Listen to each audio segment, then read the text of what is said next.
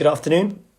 So, today I just wanted to talk about something that comes up probably more often than anything else, actually, which is kind of confidence around exercise, feeling nervous about getting back into it. Perhaps, maybe you haven't done it in a while, gone to an exercise session in a while, or you've been to a gym or class before where it's been full of, young, lycra wearing, fit, skinny, young people, or guys just lifting heavy weight, and it's kind of knocked your confidence a bit, especially if you haven't done much in a while. Maybe you've got an injury, anything like that, and these are all kind of reasons why we put things off, and they're really legit reasons. So don't ever think like I'm just making excuses, because they are real reasons. Like lack of confidence, self-belief, we've all had it. Like me and my public speaking is probably no different to that. So for example, for years I would just call in sick, ace my coursework, and then when I actually had to do it, I'd be completely red in the face, dry mouth. Literally, I couldn't think of anything worse, in fact. I remember one time crouching down, putting a USB stick in, hi Rita, USB stick in with my presentation on, and just waiting to come up. My heart was racing at the time. It was a horrible feeling.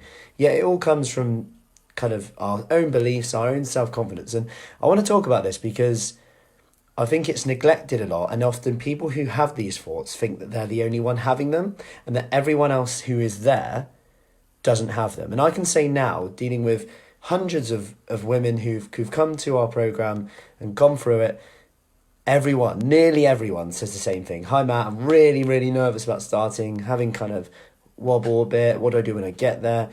And first off, just know that everyone else is probably thinking the same. Most people are thinking the same. Secondly, know that most people would tell you that once they've been there, it was never as bad as they thought it would be.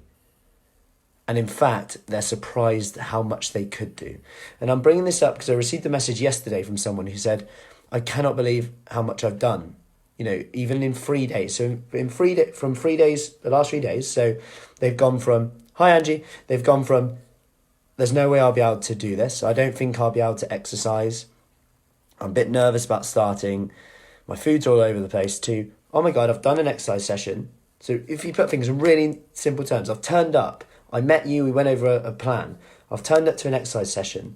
I did it. I've been drinking more water. I've not snacked today. And in 3 days' time, they've gone from feeling like really to completely changing their outlook, how they feel, their positivity, and having the confidence that what they thought was going to happen. I don't know, what do we think when we go to an exercise session? Maybe you've had a bad experience in the past, but gone from really dreading it to actually going, wow, I can do this. And to one lady said, this is the first time I've done a squat jump before. And she says I can actually crouch down and perhaps unfortunately change her granddaughter's nappy. And I said, you need to be wary now because you may actually be asked upon more than you want to. But my point is just how powerful that is and how this relates to it, because this is more than just going to an exercise session. This is the things it allows you to do. And something that I always bring up is what we call like the ghost of Christmas future, because we often put ourselves in a position now and we think, I'm a bit nervous about exercising, a bit nervous about making changes, and I completely get that. But we don't consider that if we carry on doing the things we're doing, we forget that things do get worse. So we sometimes think that our current state will be the same in 5 years. But if we keep doing what we're doing, we'll actually probably get worse over 5 years, right? So if you've been doing a habit for the last 5 years, you were probably better 5 years ago than you were now.